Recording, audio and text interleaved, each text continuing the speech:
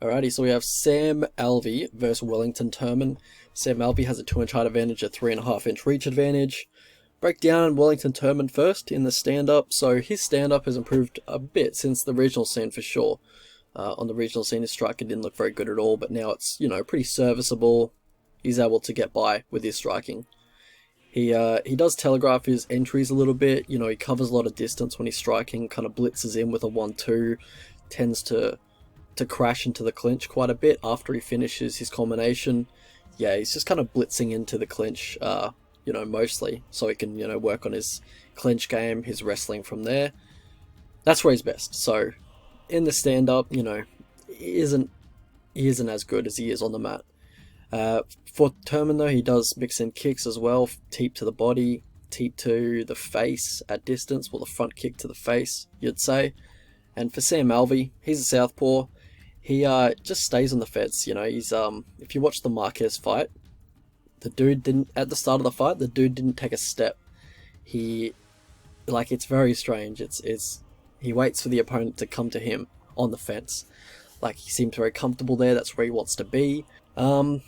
Yeah, so it is what it is. He goes for the check right hook quite a bit. Right hook is the go-to in the pocket at distance, like the 1-2, the 3-2, the straight left, but, he's mostly trying to draw the opponent in and then counter them from there. So I think Turman's going to oblige him in that. I think Turman's going to want to close the distance and try and wrestle Sam Alvey. I think he's going to try and grab the body lock.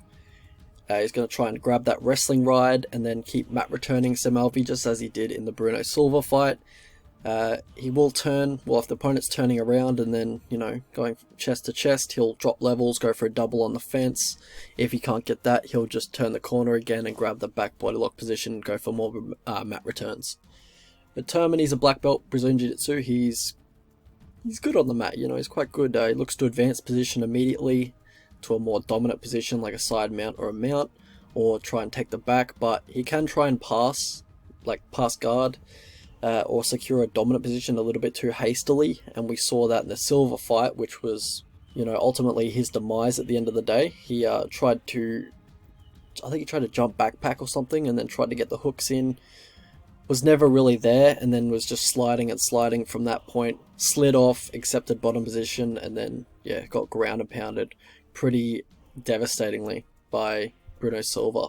How these guys win fights, so for Turman, he's strong in the wrestling ride, he's strong in the body lock position. For Sam Alvey, he's got power in his hands. And for Turman, how he loses is that I think his chin's been cracked, honestly. It doesn't look like he could take a punch very well anymore. And he's only 25, so that's quite unfortunate.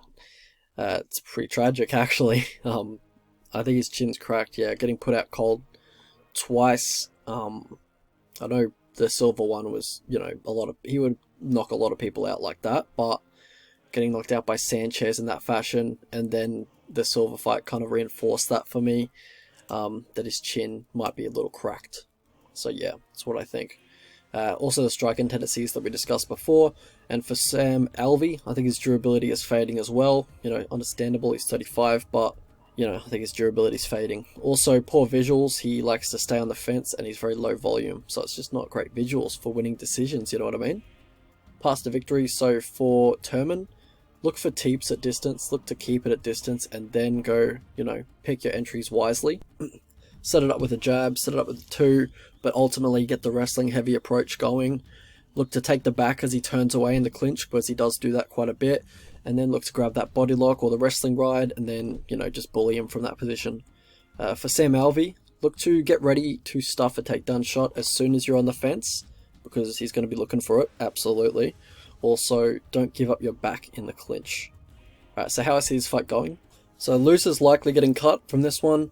I do think Wellington is returning way too quickly after that KO loss. That was a bad knockout loss, and it only took place just over 2 months ago.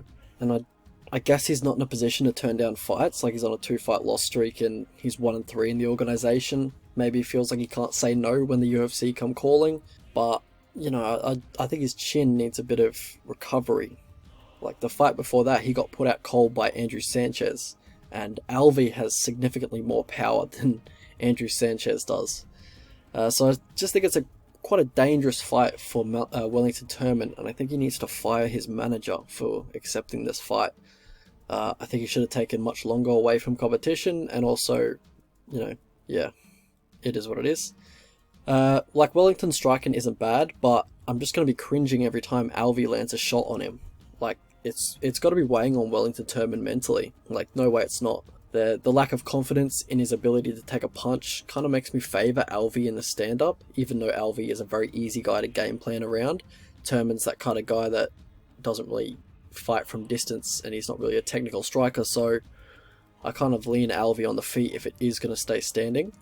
And yeah, if Wellington doesn't die entering the clinch, just get absolutely put out cold by a check right hook or something like that, he should be able to either stall out Alvey on the fence or take him down and take his back and control him from there. Like, Alvey has good anti-grappling, good takedown defense, good get-ups, but he's going to be giving Wellington all the entries in the world for his takedowns. Like, Alvey lines himself pretty much square with that flexible part of the cage. The part of the cage that has a lot of give. So, Wellington can just change levels and drive into Alvey basically whenever he wants. And it doesn't even matter if he can't get him down. He's controlling the position, and he's controlling Alvey against the fence. And that's the thing with Sam. Like, historically, that's enough for him. He's content with just defending that takedown and, or just getting back to his feet and being kept on the fence. Like, that's enough for him, just allowing his opponent to pretty much show off their full grappling arsenal while he just defends everything and doesn't really get off any offense of his own, and is just looking at the ref to try and, separate the position. But, you got to escape those positions, and you got to be better with your range control if you don't want to get in those positions. So, yeah, that is what it is. I think it's a tough one to call, because Turman's just been put out cold in his last 2 fights, and that's like within the last 12 months, I guess. Yeah, and it's really quick that he's returning. Alvey does have good takedown defense, good get-ups, but I'm going to have to go with Turman. I think he could just stall him out if worse comes to worse. So yeah, let's have a look at the betting lines. So prediction is Turman by decision. I think it kind of grinds him out a little bit, but I'm just not loving why he's come back so quickly. So yeah, not confident with Turman. But yeah, Alvey, he just won't fight for your money, so I don't really want to bet him at that price. Yeah, I think the line's pretty much perfectly lined. Don't really see value on either side. I also don't want to bet either side just because of the red flags on either side. So yeah, weird fight. I guess Turman wins by decision is my prediction.